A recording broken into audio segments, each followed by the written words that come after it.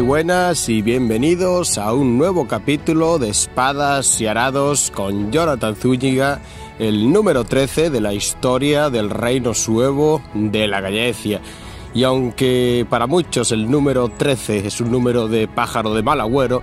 también vamos a hablar en él de la caída del reino suevo y sus últimos reyes. Es decir, que no fue algo improvisado, es decir, que esto es improvisado, que no fue hecho aposta que la caída del reino suevo coincida con el episodio número 13, pero por cosas que a veces uno no se explica, pues parece que encaja muy bien como un número supersticioso. Así que empezamos con este nuevo podcast en Espadas y Arados, donde empezaremos hablando por el descendiente del rey Miro, siguiendo el hilo. Fallecido en el año 583, le sucede su hijo, Eborico.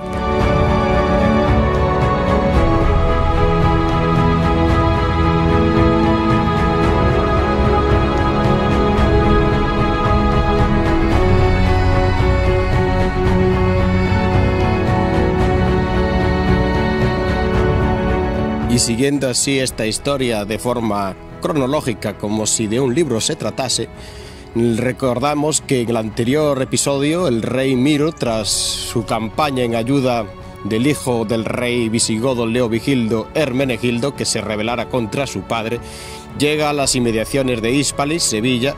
y allí pacta de alguna manera con Leovigildo, volviendo a sus tierras de la Gallaecia y a su corte, en Braga. Según Gregorio de Tours, cuando llega al mismo día o a los pocos días, Miro fallece enfermo, al parecer por los malos aires y malas aguas de la Hispania, que eran insalubres. Esto lo hablamos en el anterior capítulo, no vamos a entrar en ello, que bueno, puede haber varias hipótesis hasta que fuera Miro envenenado, pero lo realmente importante es que en ese año, en el 583, Miro muere y según las crónicas rápidamente sube al trono su hijo, llamado Eborico o Eurico por otros autores.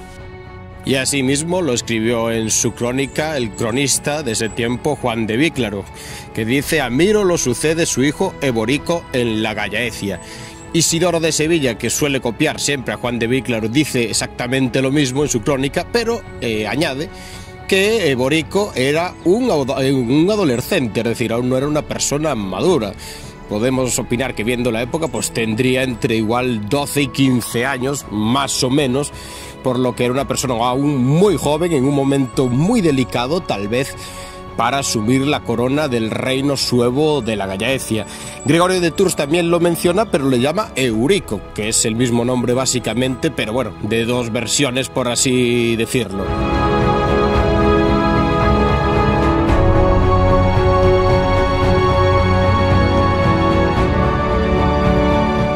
Y si algo vale la pena recalcar de nuevo de su corto reinado es que tal vez era demasiado joven para el periodo que le tocó vivir, y más cuando se sabe, porque según la crónica de nuevo de Gregorio de Tours dice que Leovigildo aprovecha la crisis del reino suevo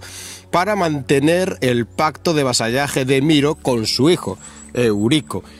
Es decir, viendo la fragilidad del reino y lo joven que era el nuevo rey, el hijo de Miro, claramente Leovigildo, digamos que le impone ese vasallaje que ya tenía con su padre Miro, pero deciros que este era un adolescente, no era para nada el rey Miro, que era su padre. De esta manera se cree que no toda la Gallaecia, y sobre todo es de suponer que sobre todo sería el clero, está muy convencido del nuevo reinado de este nuevo rey tan joven. ¿Por qué? Básicamente por algo que llevamos recordado capítulo tras capítulo en el último ciclo de este reino, que es el ser vasallo de un rey que no es católico, es decir, ser vasallo de un rey que es arriano, de la herejía arriana. Y estando a Gallaecia en este momento en un periodo donde el catolicismo tiene un gran auge y que se pone casi a niveles de los más altos a nivel del occidente europeo, pues esto se ve como un atraso seguramente para muchos aristócratas galaicos romanos, y al mismo tiempo el clero, volver a su sumisión a un rey completamente arriano y que lucha contra los católicos. Esto va a dar fruto en que rápidamente se surjan conjuras contra este nuevo rey, aprovechando que Leovigildo sigue metido en problemas intestinos y enemigos exteriores del reino visigodo que están en otra órbita del occidente peninsular, es decir, de la Gallaecia.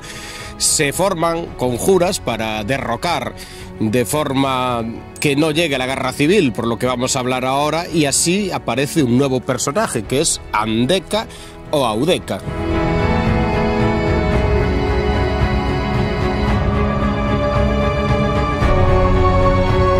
De los orígenes de este nuevo personaje no se sabe, pero seguramente sería un alto cargo de la corte suevo, cuando menos de la dinámica de lo que era la zona de Braga, vamos, de la capital. Seguramente nos da a pensar de que Andeca tendría un cargo similar tal vez al de mayordomo de palacio, o por lo menos estaría cerca de la persona del rey, porque en esta conjura que se forma en la corte contra el rey, no hay datos de que hubiera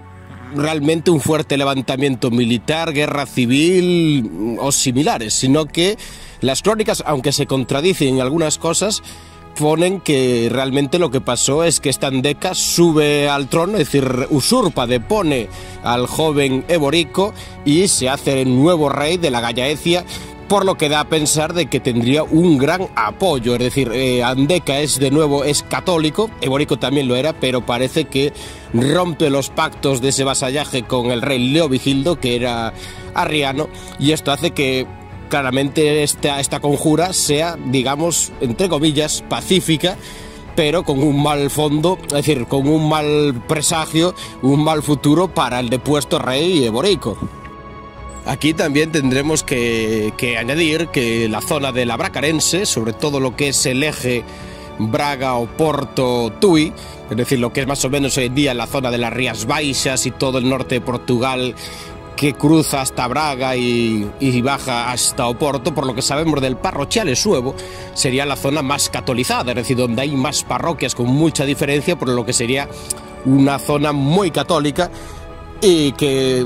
de poner en esa zona propiamente que estaba la corte a un rey que daba pacto, que daba vasallaje a un rey arriano, pues sería también más fácil para la conjura. Lo que sí sabemos es eso, que en el año 584 Audeca usurpa el trono, Eborico es derrocado de siendo muy joven, y al parecer, según nos dicen las crónicas,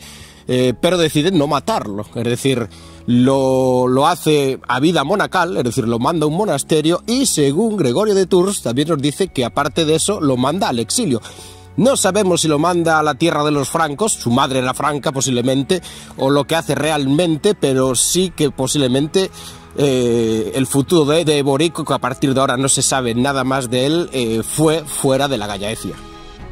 Lo que sí sabemos es que las crónicas aquí, claro, aquí hay dos bandos y se van a confundir, es decir, es normal que por un lado se confunda, porque mientras que Juan de Víclaro y Isidoro de Sevilla, que dicen prácticamente lo mismo, dicen que se levanta de forma tiránica, toma por esposa a su sebuta, es decir, la mujer de Miro, lo que sería la madre del actual rey que él depone, por así decirlo, y priva a Eborico a un monasterio. Es decir, que para darse legitimidad, según Isidoro y Juan de Víclaro, después de deponer a Eborico, pues toma por esposa, al parecer lo ponen como si fuera la fuerza, a la mujer del anterior rey, de Miro, que posiblemente fuera de edad bastante más avanzada. Claro, esto sumado a que pone que lo hace de forma tiránica, es decir, de forma cruel, aunque no lo mata, hace suponer que tienen una visión muy pro-visigoda de que este personaje, Andeca, es un enemigo abiertamente a los ojos de los visigodos. Por el otro lado, Gregorio de Tours nos dice que depone a Eborico, se casa con una hija del rey Miro, del ex rey Miro, es decir, una hermana del propio Eborico, y de esta manera a Eborico lo manda a un monasterio al exilio. Deciros que claro, esta versión, Gregorio de Tours es aliado, ya lo era anteriormente, de los suevos, del bando franco, del bando aliado, del bando católico, Y digamos que de aquella manera quiere blanquear este levantamiento que él parece que ve también con buenos ojos, porque al final están rompiendo con el vasallaje hacia un rey arriano que es enemigo de por lo menos parte de la facción de los francos abiertamente. Aquí yo creo que le doy más virilicitud es decir, le doy más legitimidad a esta versión, porque que Audeca, como lo llama Gregorio de Tours, se case con una hija de Miro, me parece realmente más legítimo, porque Sisebuta, la mujer del rey Miro, que dicen los otros dos cronistas que la tomó, realmente era reina consorte, es decir, no era ni de la Gallaecia, era una franca. Por la otra parte, si se casa con una hija de Miro, aunque sea una mujer, sí le da otra legitimidad diferente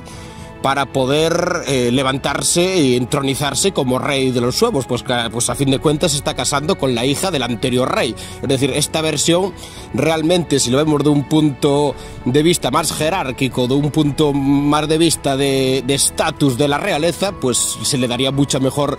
versión a esta crónica de Gregorio de Tours que a los otros dos anteriores, que sí que parece que es una forma mucho más cruel tomar por esposa a la mujer del anterior rey, de Miro. Pero ya volviendo a lo más importante realmente, es que este Andeca o Audeca se hace rey de los suevos en el año 584.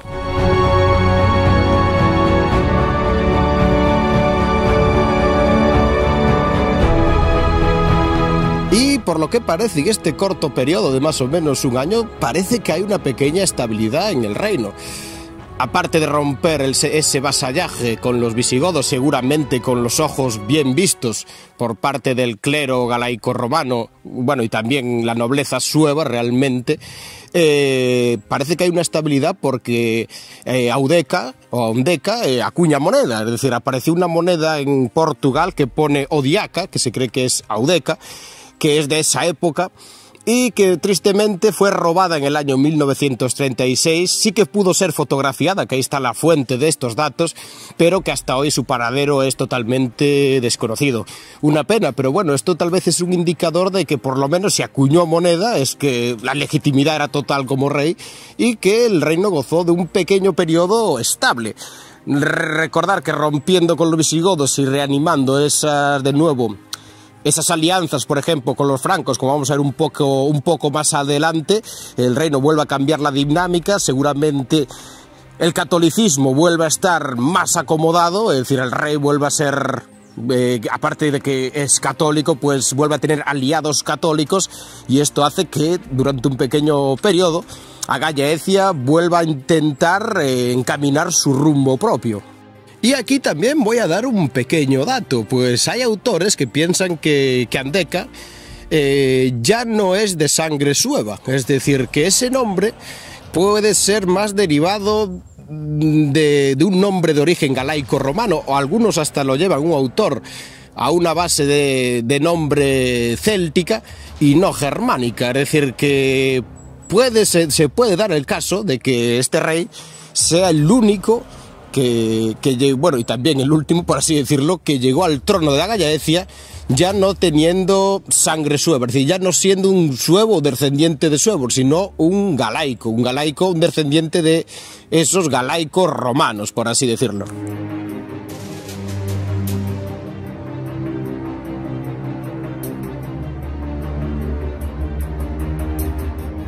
Pero todo esto va a cambiar en el año 585, pues ahora el fuerte y guerrero rey visigodo Leovigildo acaba con los últimos lugares que seguían apoyando a su hijo Hermenegildo con su rebelión, con los últimos rebeldes, y al mismo tiempo también termina su campaña contra los vascones, por lo que se ve con las manos libres, el camino vacío, por así decirlo, para ver sus ojos de nuevo hacia la Gallaecia. Y es así que prepara un gran ejército, una gran hueste, y entra en tierras de la Gallaecia y se va directamente a la capital, se va por Braga.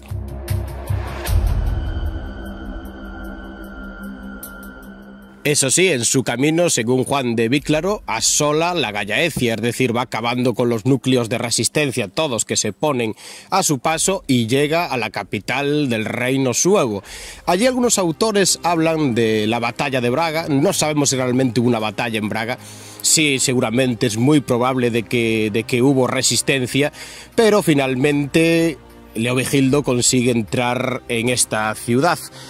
También hubo un intento de tierras foráneas, de apoyo, de salvar a los suevos, es decir, un intento de auxilio por el rey Gontrán, su gran aliado de los francos, que mandó una flota de auxilio, pero esta fue interceptada en el mar Cantábrico por otra flota visigoda que consiguen vencerla y que se dé la vuelta de nuevo a tierras francas. De esta manera, ahora totalmente solo los suevos de Audeca no resisten en Braga. Leovigildo entra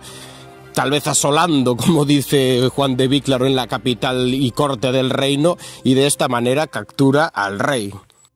Y así nos lo cuenta Juan de Víclaro en su crónica. El rey Leovigildo asola Gallaecia, toma prisionero a Audeca y se apodera del pueblo, del tesoro real y la tierra de los suevos, convirtiéndola en una provincia gótica. De la misma manera, Isidoro de Sevilla, en su crónica, nos habla de este hecho de esta forma. Tras la toma del reino por Leovigildo, Audeca es tonsurado, es decir, se le corta el pelo y la barba, tras honores reales, y sometido a presbiteriato, es decir, a que fuera presbiteriato, como él hiciera con su rey, es decir, con Eborico, que era un adolescente. Así pasa a los godos el destruido reino de los suevos, que duró, según se ha escrito, 176 años. Es decir, aquí nos resume de forma ya final Isidoro de Sevilla que es el fin del reino suevo, y hasta nos habla de su duración, que son 176 años, que lo mencionamos en el primer episodio de Espadas y Arados, de esta mención de Isidoro de Sevilla de la duración del reino. Y deciros que este dato para mí es muy importante, porque nos recuerda que Leovigildo le hace lo mismo a Andeca que él le hizo a lo que era su rey, a Eborico. Es decir, tal vez como este le perdonó la vida a Eborico, pues Leovigildo también le perdona la vida, pero lo humilla, porque al parecer la tradición germánica, que te cortaran el pelo y las barbas, ya lo tenemos hablado aquí, era como un acto de sumisión, de humillación, pero le respeta la vida y lo manda de presbítero, es decir, con un cargo de la Iglesia Católica, también al exilio, porque al parecer, según Juan de Víclaro, Andeca es enviado a la ciudad de Beja, en la Lusitania. Pero me parece importante el dato de que le perdona la vida, tal vez simplemente porque, como este se la perdonara a Eborico, Leovigildo decide hacer un pacto de piedad. Tal vez también se quiere ganar un poco la confianza de los galaicos romanos y magnatarios suevos, y le perdona la vida a Andeca, eso sí, mandándolo al exilio.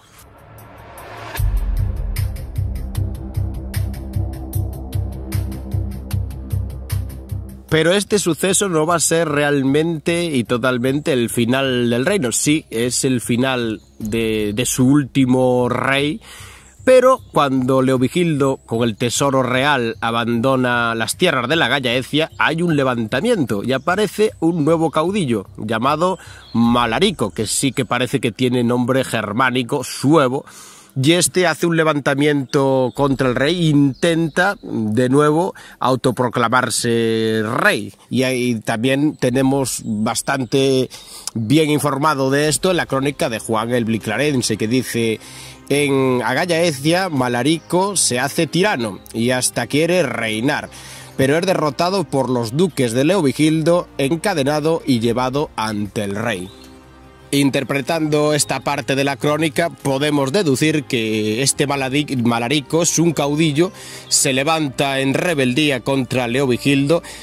intenta ser rey, es decir, busca proclamarse en el trono suevo, tal vez al estilo de Andeca, pero según el propio Juan de Víclaro no lo consigue, es decir, intenta hacerse rey pero no lo consigue. También es curioso que como Andeca, Juan de Víclaro lo llama tirano, es decir, que tiene formas tiránicas. Esto lo vamos a hablar al final del capítulo de según qué fuente recurramos y según en qué bando estuviera, pues cambian las versiones, es parecido a lo que pasó con Andeca. Pero lo importante es que hubo un intento de recuperar el trono suevo por parte de un suevo, Malarico, pero que no lo consigue. Y que es finalmente derrotado, ya no viene ni Leovigildo, es decir, por los duques de Leovigildo. Aquí estaría posiblemente, que hablaremos de él al final, el duque Claudio, el famoso duque de la Lusitania, un brazo duro del reino suevo en el apartado militar, y seguramente estuvo en el medio por la proximidad y nombrando que fueron los duques y no Leovigildo quien lo capturaron y lo hicieron prisionero y lo llevaron entre cadenas a Toledo. Tampoco sabemos realmente cuál fue el final de Malarico. Me recuerda una historia que hablamos del capítulo anterior, la del caudillo, si recordáis, Aspidio, de los aregenses, que también fue capturado, llevado a Toledo, pero no sabemos más de su futuro. Recordando que también Leovigildo capturó a su propio hijo, a Hermenegildo, cuando éste se rebeló contra él y en un principio le perdonó la vida, pero años después fue asesinado en Tarragona. A mí me da como hipótesis, no pongo la mano en el fuego, que estos personajes finalmente fueron asesinados ya en la sombra, por así decirlo.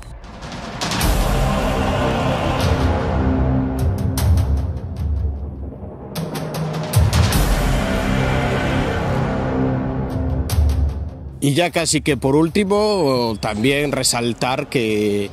llama la atención este último asalto, en este último periodo de este último ciclo del reino suevo. Las crónicas, según el bando, pues son cambiantes, es decir, son hasta enfrentadas. Mientras que en el bando pro-visigodo, Juan de Víclaro, Isidoro de Sevilla, por ejemplo, llaman tiranos a Audeca o Andeca o a Malarico. Por el otro lado, Gregorio de Tours, más aliado de los suevos y como franco enemigo de los visigodos, por así decirlo, los blanquea, que no eran tan tiránicos y que fue visto con buenos ojos. Esto es una visión más, ya que en las propias crónicas del tiempo había un enfrentamiento abierto de la información. Hoy que estamos en unos tiempos donde los medios informativos son totalmente partidistas, digamos ya no solo refiriéndose a política, sino a tendencias de forma social, modas y demás, pues vemos que en esta época pasaba algo parecido. Si solo nos hubiéramos quedado con la crónica de los vencedores, de Juan de Víclaro o Isidoro de Sevilla, tendríamos una visión, pero como tenemos otra crónica de Gregorio de Tours, que tampoco es el bando de los perdedores, pero sí un aliado de los perdedores, que al final pues siguió, por así decirlo, a su bola, que realmente no sufrió daños en esta contienda, pues vemos los dos tipos de información que tenían, es decir, que en muchos aspectos, ya lo hemos mencionado en otros capítulos, se contradicen o exageran hacia un lado o hacia otro, y de ahí es donde los que divulgamos, buscamos información y estudiamos estos acontecimientos, debemos sacar una hipótesis personal media, central, sabiendo y teniendo en cuenta de que ya en esa época, por así decirlo, existían los bulos.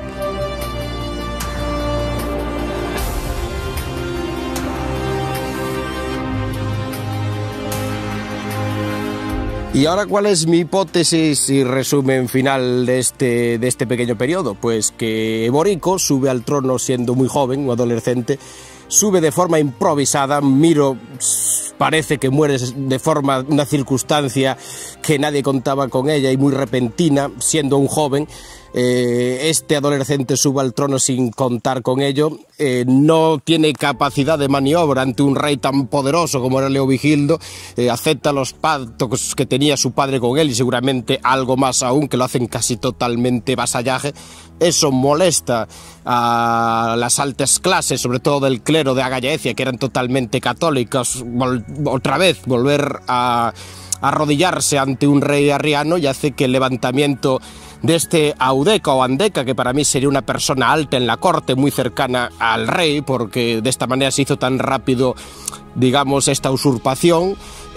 hace que este llegue al trono de forma rápida, deponga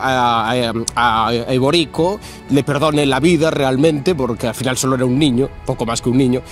y que claramente esto ante el rey Leovigildo pues era una declaración de guerra, y para mí añadiendo que ya desde hacía tiempo Leovigildo tenía sus ojos puestos en Agallaecia y acabar con su gran plan de unificar toda la península ibérica bajo la corona visigoda y bajo su propia cabeza. Es decir, para él fue la excusa perfecta para entrar con sus fuertes huestes en una Agallaecia súper debilitada, en crisis, aunque parece que Audeca por un tiempo de un año más o menos pudo tener cierta estabilidad, pero aún así en crisis, aislado del resto de los estados católicos y aliados, y que la conquista la finalice sin mucha complicación. Y hasta para mí le perdonan la vida a Andeca para ganarse el favor sobre todo de los altos cargos del clero galaico y las altas élites, los nobles, por así decir, los suevos, y marcharse con tranquilidad para Toledo de vuelta.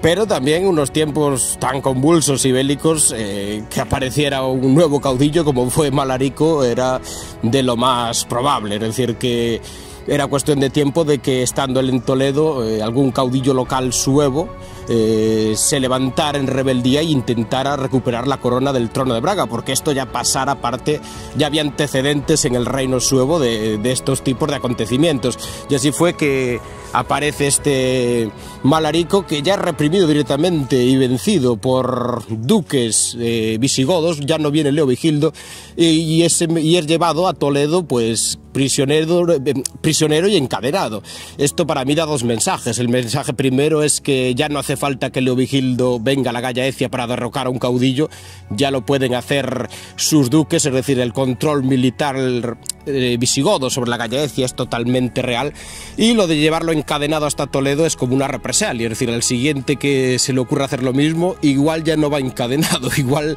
ya ni llega a Toledo, por así decirlo. Es decir, yo veo que ahí Leovigildo realmente da dos mensajes muy directos sobre todo a las altas élites del pueblo suevo. Y para finalizar, ya decir la última acción del rey Gontrán, que siempre estaba ahí apoyando a los suevos, que los veía como unos aliados naturales ya en la península ibérica de lucha contra el arrianismo, y que intenta mandar esa flota que es rechazada, y después, pues como represalia, sabiendo que Leovigildo era un rey fuerte, conforme sube su hijo Recaredo al trono, pues manda otra campaña militar contra las Galias visigóticas, es decir, Narbonense y lo que es la Narbonense y la Septimania, que finalmente son reducidas por, que esto a mí me llama la atención, por un conde venido de un duque visigodo, Claudio, venido de la Lusitaria, que posiblemente llevara en sus huestes pues suevos y galaicos romanos. Es decir, los que antes llamaban por la ayuda de los francos, ahora se enfrentaban posiblemente a ellos. Y también dentro de este campo se me ocurre que si la versión de que Andeca o Audeca, el último rey suevo, ya no tenía sangre sueva, sino que era de origen galaico romano, pues que también, si recordamos el inicio de los tiempos del reino, que los que más llamaban por la intervención de Roma cuando uno cayera el Imperio Romano de Occidente, y la intervención de los visigodos, que venían teóricamente en su nombre, eran los galaicos romanos contra los suevos. Y al final vemos que, si esa versión es cierta, que los galaicos romanos son los que intuyen a los suevos que Eborico, el hijo de Miro, sí era un suevo, a que rompa los pactos contra los visigodos y mantenga su independencia como reino, como corte y como soberano. Es decir, la historia a veces tiene estas vueltas de tuerca, estos giros de 380 grados, y hace que sea de esta forma tan dinámica y tan hermosa de contarla.